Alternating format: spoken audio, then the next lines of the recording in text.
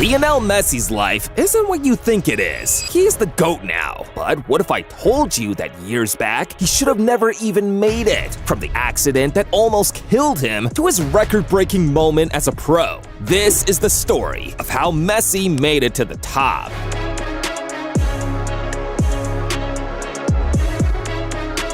And I've got to start from the beginning, where Messi was lucky to still be alive in the first place. Messi was born on June 24th, 1987, and his birth story wasn't anything to write home about. His parents, Jorge and Celia, were so poor that sometimes even getting what to eat was a problem. Leo was the last of the Messi kids, having older brothers named Rodrigo and Matias, and a younger sister named Maria. Despite the challenges they faced growing up, Messi didn't let it bother him, because if there was one place he knew he could escape all that, it was his favorite sport, football. As a young kid, Messi fell in love with the game, but because of how small he was, he found it hard to join his neighborhood youth team, until the day Grandma Cecilia got involved, and everything changed. The local team was having a match, and as usual, everyone around turned up to see this one, including the Messis, the entire family. With the team losing 1-0, Messi's grandma came in at halftime and insisted that the coach put him in. And as soon as he did, the rest became history. Messi became so good that Grandma Cecilia had been able to convince his parents to save up and get him a pair of boots so he could join the neighborhood team. And at 11, Messi had become so good that the Newell Old Boys came calling. But you see, guys, just when it looked like Messi's career was on the up, he suffered the first big heartbreak of his life. Grandma Cecilia was dead. This one almost broke Messi down, and unfortunately for Leo, there was more bad news to come. 2 years later, now 13, Messi's parents realized he wasn't growing like the other kids his age. He was under 5 feet, and they became so worried that they took him to the doctors, and that's when they found out the terrible news. Leo has growth hormone disease. This one came as a complete shock. There was hope, because according to the doctors, there were injections Messi could take to cure his disease. But the cost of these injections was so expensive, Messi and his parents couldn't afford that. At the time, Messi had started attracting interest from some top clubs in Europe, so Messi's parents reached out to them for help, but they all bailed out on him, until one club came through and saved Messi's life: Barcelona. They were so convinced by Messi's talent that they were willing to take up treating Messi and helping him grow, if, in return, Messi would have to sign for the Barcelona La Masia Academy. The deal was a no-brainer, of course. Messi took it. In a couple of days, Messi was all packed for Barcelona. But just before he hit the plane to leave, he still had time for one more goodbye. At the time, even though he didn't know it, Messi had found the love of his life, Antonella Rocuzzo. She was the cousin of his teammate at Newell Old Boys, Lucas Scalia, and after meeting for the first time, it was love at first sight. Messi made Antonella a promise to come back to her, and just like that, he was off to Barcelona to sign the contract that would kickstart his career. They'd saved Messi's life, and he was all set to become a Barcelona product. At La Masia, in a couple of weeks, the coaches had noticed Messi's talent and knew he was destined for greatness. The year was 2003, and now 16, Messi was part of the Barcelona team, taking on preseason tour. And on November 16th, Messi for the first time put on that iconic Barcelona kit in front of the entire world. Debut done. Now, it was about easing him into the first team, and in the 2004-05 season, Messi saw his game time increased in the home game against Albacete with a few matches to the end of the season. Messi finally set the No Camp on fire. He scored his first goal, and peep who got the assist, Ronaldinho. He had taken up a special bond with Messi and had started acting like his mentor, and learning from a guy like that only helped Messi improve his game, until Pep Guardiola came along and changed everything. The 2008-09 season, Messi had now transformed from being that kid with loads of talent to being on the edge of becoming a superstar. But it was clear he was just missing one final piece. He made his debut for Argentina, won the Under-20 World Cup and Olympic gold months back, and even better, on a personal level, he now had Antonella living with him. Yeah, he'd gone back for her and made her his partner. The 2008-09 season was going to be special for Messi,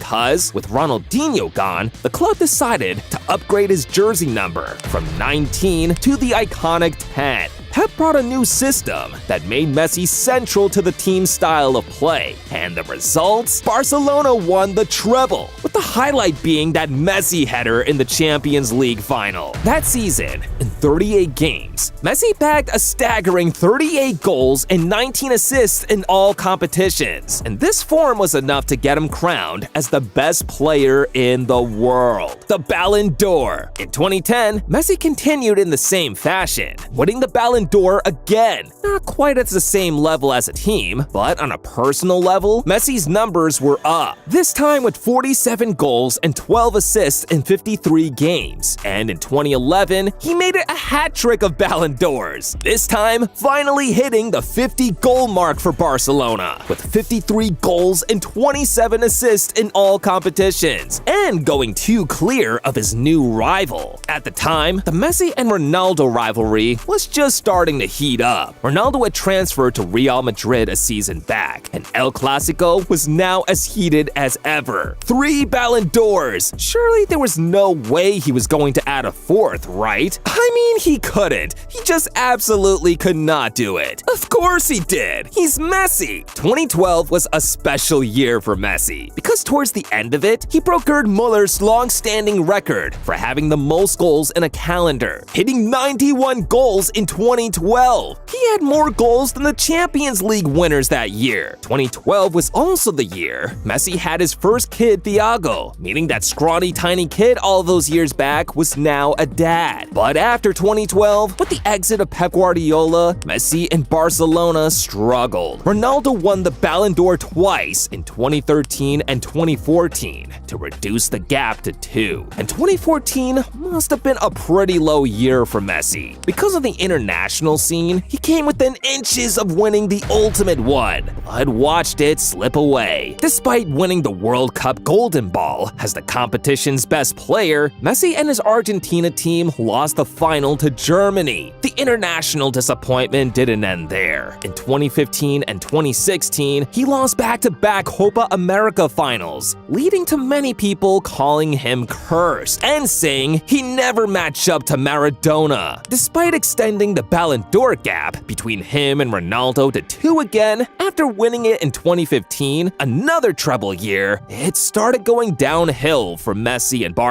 in the big one, European football. In 2016, a quarterfinal exit. In 2017, another quarterfinal exit. 2018, the same thing. And in 2019, with Messi as club captain, they finally made it to the semifinals. But once again, another exit. 2020 was a particularly low year for Messi. His idol Maradona died, and in the Champions League, well, this happened. But by 2021, things were about to go on the up, because after 28 years in the home of their biggest rivals, Messi and Argentina finally did it. He'd finally won something with the national team. Looking at it now, it's funny how it works. A few weeks back, Messi was the happiest man alive. Fast forward to the middle of August, and he was in tears. Barcelona was in a financial mess, and what this meant was that the club couldn't afford to pay Messi's fees, so they had to do the unthinkable and had to let him go for free. 778 games for the club, 672 goals, 303 assists, 6 Ballon d'Ors,